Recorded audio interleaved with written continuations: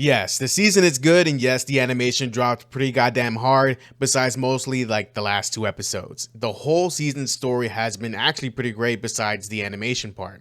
Not only did we get the Invincible War, the blue suit, fucking Conquest, we're heading right into more of Viltrumite business in the next season, and expect to see more of Nolan and more of Alan too. Something I love about this season is how different the ideologies of Mark and Cecil's clash so much, and of course I've talked about this in shorts, but we all know Cecil's approach to saving the world is a much more realistic, mindset than what Mark has.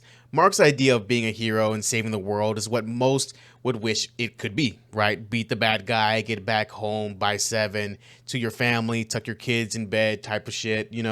Slowly but surely will we will see Mark's whole ideology and mindset of all this get crumbled to ash thanks to Conquest. The ideology is, basically being ripped out of him by Conquest, getting his fucking ass beat. And honestly, later down the line, this does help Mark become a better hero.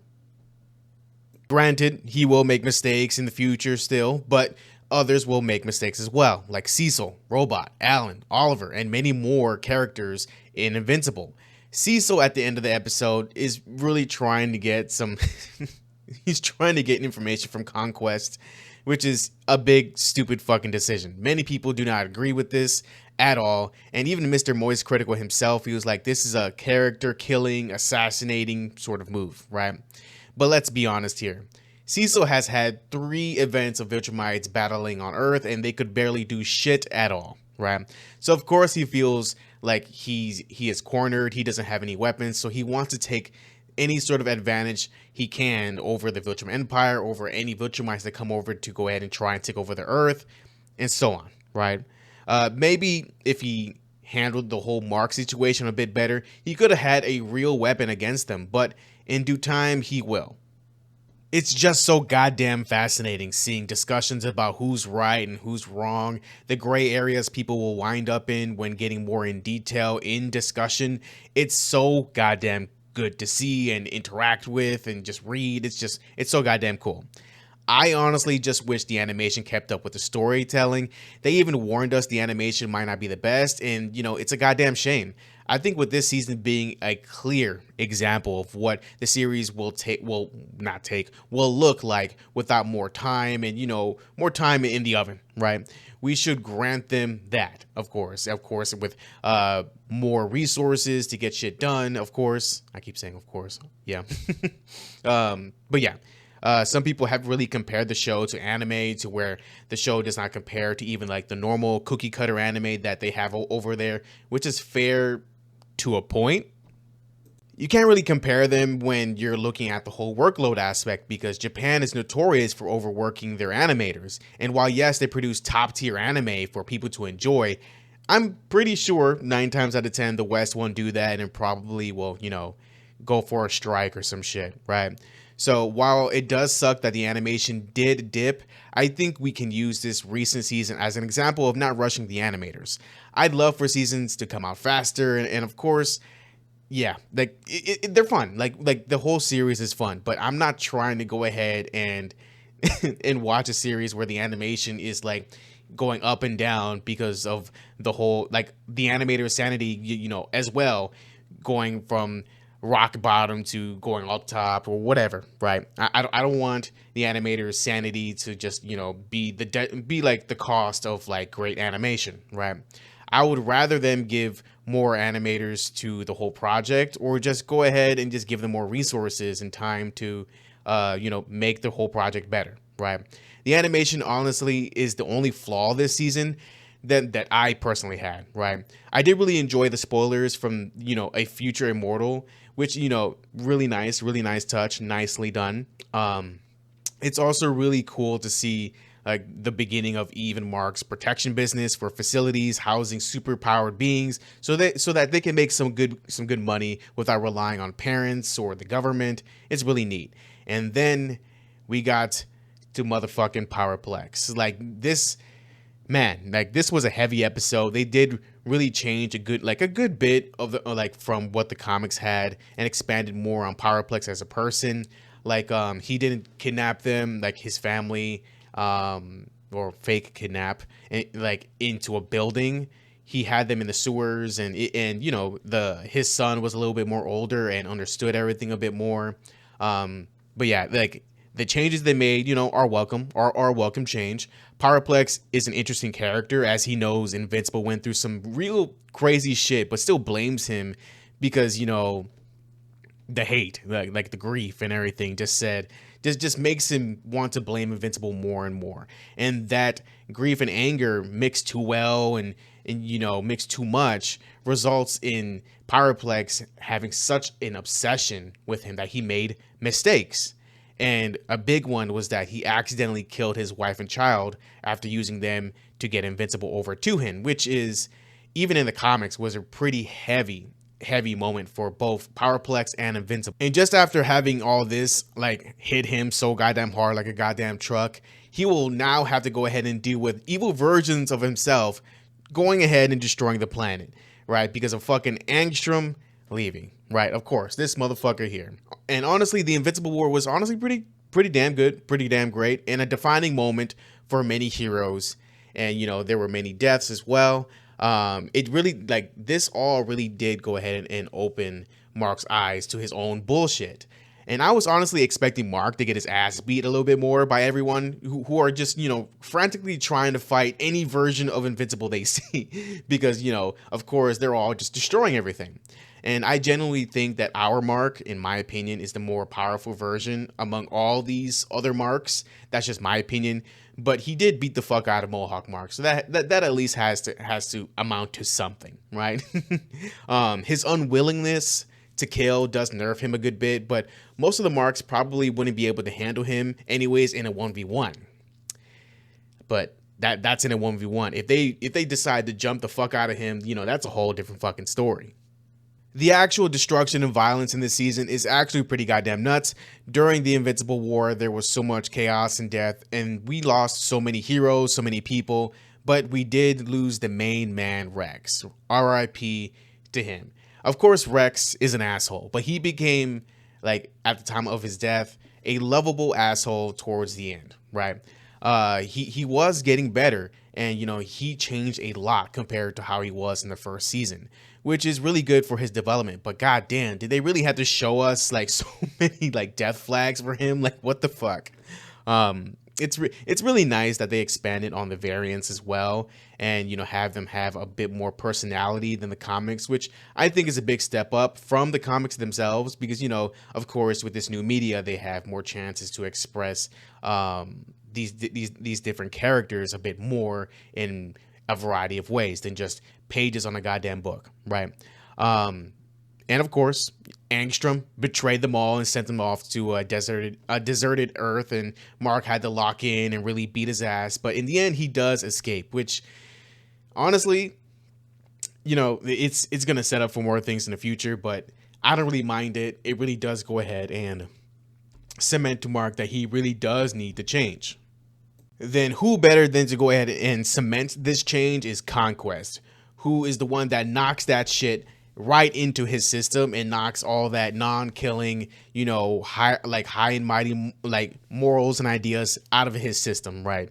But when Mark said, "I don't care how strong you are, I don't care how fast you are, I can see the future. You don't live to see tomorrow. We'll always go so goddamn hard." Like, it's so cool. Like, it's such a great fucking line. And Conquest, to his own credit, his "I am lonely" speech is great too.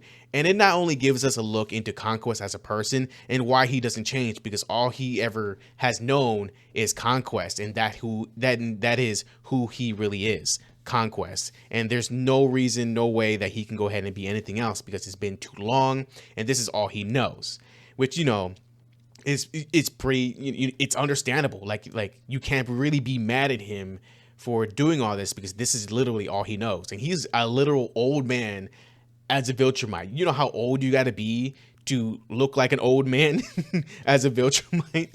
Like, it's crazy. It's crazy. But I think they handled the fight between Invincible and Conquest really fucking good. Like, it was absolutely great. like especially towards the end of the season, it was great with all the, especially since they went ahead and upped the animation for this episode alone. It was just honestly great. Um, and at the end of the season, they really did just go ahead and tease a lot of what will happen in the next season. And I'm really sure that a lot of people are gearing up for more Anissa to arrive. And yeah, that's that's gonna be a thing. Overall, this season itself, I'll give an 8 out of 10. It really did have some rich story arcs and memorable moments, and I had to give it a bump up since it did spawn some pretty goddamn good memes too.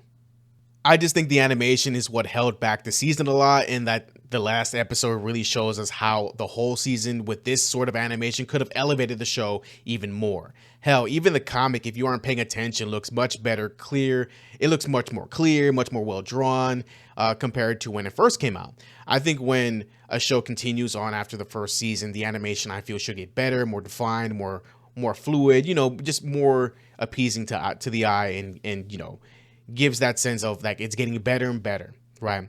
But because of how this season ended up, and you know how rushed the season was animation wise, you know, it's putting the whole series in a bad light, in a bad direction, which I want this whole season, this whole series, you know, moving forward to get better with animation. And even if I gotta wait like a good while, I don't care, because that's what this series deserves. Some small notes that I've seen since, you know, the ending of the series. Like, I have seen the likes of IGN giving this season a fucking 4. Saying the season is bad and saying Mark's dilemma has been properly addressed and and it's so fucking dumb. Like, have you not seen the damn season?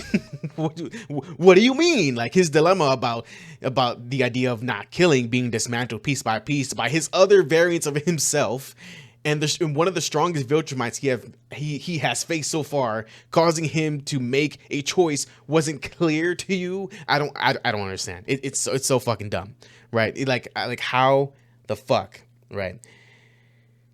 Yes, we haven't seen Conquest before. You know why? Because he came to the planet for one purpose: to conquer the damn planet and beat the fuck out of Mark. He isn't going to just show up and be like this big bad evil guy just sitting up in space, just watching everything, right, in the shadows or whatever the fuck. No, he is going to stand on fucking business. IGN really put up a guy on this job who seems to like not even understand or watch the damn show. I don't know. Maybe he did. Maybe he has dog shit takes. I don't know, right? But maybe he had somebody just tell him the cliff notes of the show, or maybe he had ChatGPT explain it because he was busy with other shit. I don't know. I really don't know. But it just feels like he didn't really experience or, you know, understand the show, which is really, really frustrating for a lot of people. And that's why a lot of people don't really care what IGN has to say. But let's put IGN to the side. They are a well-known goddamn disappointment.